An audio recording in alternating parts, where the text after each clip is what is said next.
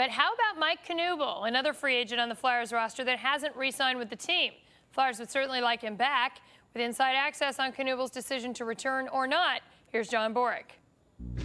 Mike Knuble loaded up his trailer and left for his home state of Michigan on Tuesday, knowing very well he may not be coming back. I mean, I'd say at 50-50 now. I don't know what I was before. I probably was more like 70-30, 80-20, right. You know, back when we talked before. But, you know, just because, you know, you see it, if it hasn't got done yet, you know, what's really going to change, you know. Sources tell me that what the Flyers are offering and what Knuble could command on the open market is almost $1 million difference per season.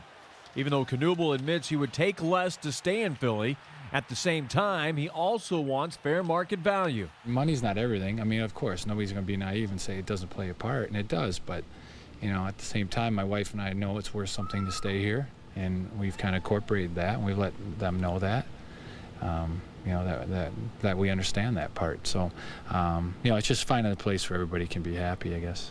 You would think that trading Joffrey Lupul would have helped Knuble's cause. Instead, acquiring Chris Pronger added another $1 million to the Flyers' cap number and left even less for Knuble. You're wondering, is this helping? Is it hurting?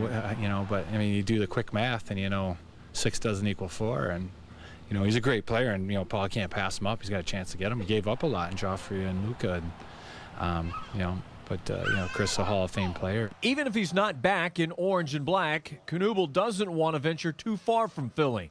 And much of the buzz heading into free agency centers around Atlantic Division rivals like the Rangers, the Devils, and even the Penguins. Every day, I mean, every time it gets closer, you start hearing the buzz, and you know, people talk, and you pick up stuff, you know, off the internet and what people say, reputable hockey people. So, you know, yeah, it gets more difficult, and I think you go July 1st. Mike Knuble had originally scheduled to leave the Philadelphia area on Wednesday. Instead, he pushed it up a day so he could be at home and not on the road to avoid possible cell phone dropouts when potential free agent teams came calling on July 1st.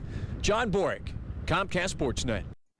Flyers made a blockbuster move on Friday, acquiring 34-year-old Chris Pronger from Anaheim, proving they want to win now. But there is a new twist to the deal, and John Borick has all the details. Yeah, John? that's right. The Flyers paid a hefty price for an all-star defenseman and a future Hall of Famer. And sources tell me that Lukas Sabisa was the centerpiece that the Ducks wanted in exchange for Chris Pronger, or the trade never would have happened. A player they covet so much that today's latest news apparently doesn't change their outlook.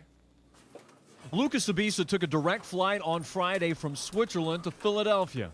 2 hours after he landed, he was traded to Anaheim for Chris Pronger. To be honest, I didn't expect it. I was kind of shocked, but I got the call a couple minutes before the draft. Paul Holmgren called me, and he told me I got traded to the Anaheim Ducks. I know that's the business, that's hockey, and yeah, it's nothing I can do about it. I mean, I was really happy here, but now I have a new opportunity in Anaheim, and I'm really excited about it. Sabisa came back to the U.S. to have a groin injury examined by Flyers trainer Jimmy McCrossin.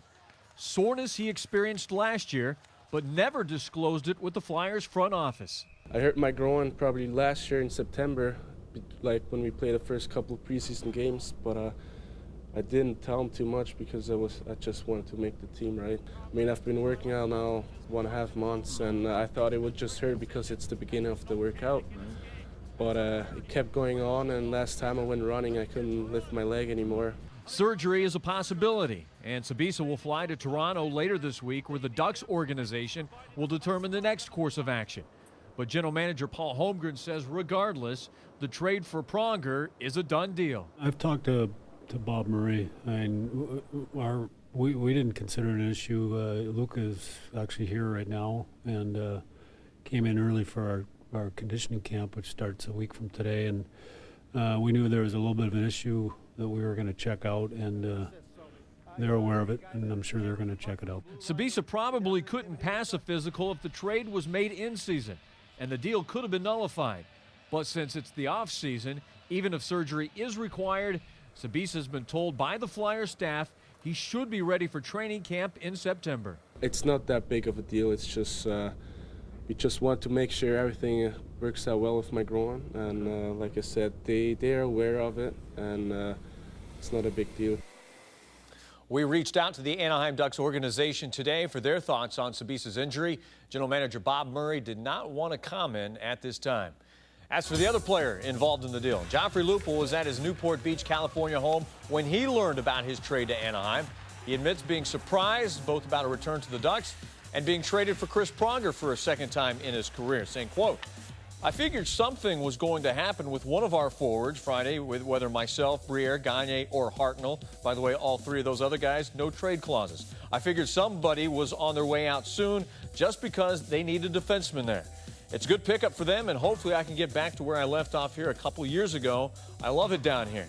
Lupul not only has new teammates, but a new roommate. He's invited Sabisa to stay at his place as they transition to their new team. We also have this CSN alert. The Flyers are done shopping for free agent goaltenders in Russia. That's because Robert Esche is going back. Esche is elected to return to a St. Petersburg team after contemplating a 2-year offer from the Phoenix Coyotes. That from his agent.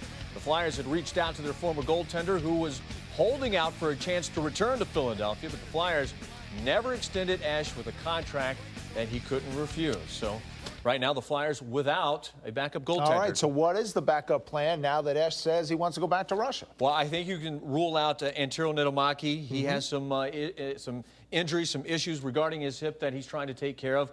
But I think, the backup goaltending situation is one of those that's going to play itself out. They don't have to worry too much about a lot of good names out there. If you look at, from Craig Anderson, Scott Clemenson, Brian Boucher, the former Flyer who was in San Jose, Matthew Garon, Andrew Raycroft. You're talking a lot of guys who made less than $1 million who could certainly, the Flyers could get for cheap as a backup to Ray Emery. All right, John Borg, thank you.